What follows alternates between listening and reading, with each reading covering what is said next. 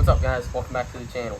So this is my dad's 93 Cobra, and recently upon acceleration, when you're just cruising and you just like ease onto the throttle, sometimes about like 3,000 RPMs or so, it'll have like a stumble, and I'm not sure exactly what that is. I'm thinking it's either spark related or with the fuel, but I think the fuel system's fine on it.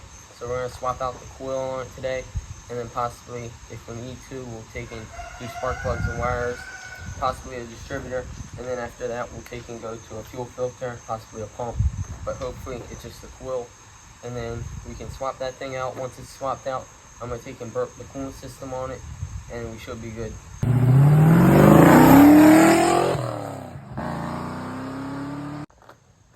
She's super dusty right now, but yeah, I already got the coil cover off, and that way I can figure out what coil was on it, and it's the MSD Blaster 3, so I'm gonna get that swapped out.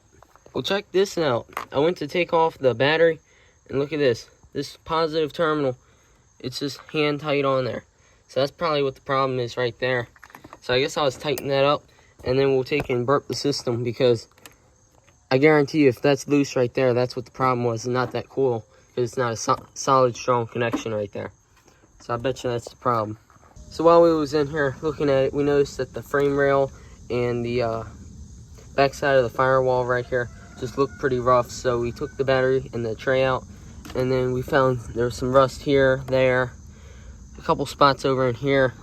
So we took and wire brushed them up, cleaned it up pretty good, and I'm gonna take and wipe it down with some isopropyl rubbing alcohol, and I'm gonna paint just like right there, just a couple spots, just like pop it right down, you know.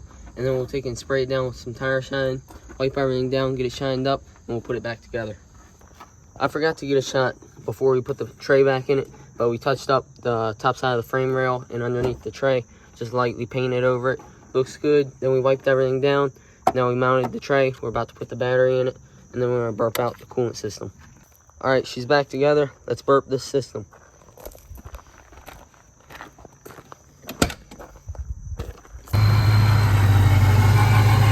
We're gonna let it run for a little bit, and since it's supercharged, you can't really squeeze this line much.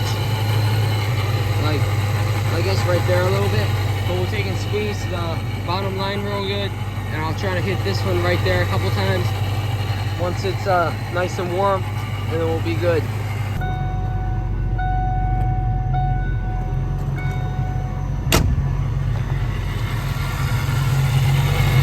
Gotten quite a few air bubbles out. I haven't squeezed that bottom line just yet. I've been working on this one a little bit. Looks pretty good. Let's get the bottom line. I think we're pretty good now.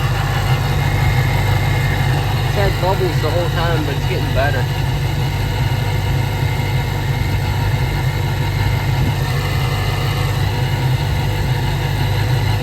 I've squeezed that bottom line several times.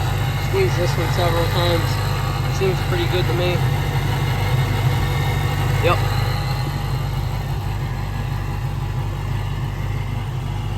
Alright guys, so on both the Mustangs, I gotta report back to y'all in the upcoming videos on how it's doing, because I burped the coolant system in my 86 Mustang, Mia, that's what I call her.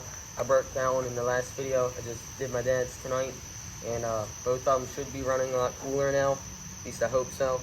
But I know both of them need an updated cooling system on them, because they both like to get up there and they're just like the old single thin radiators.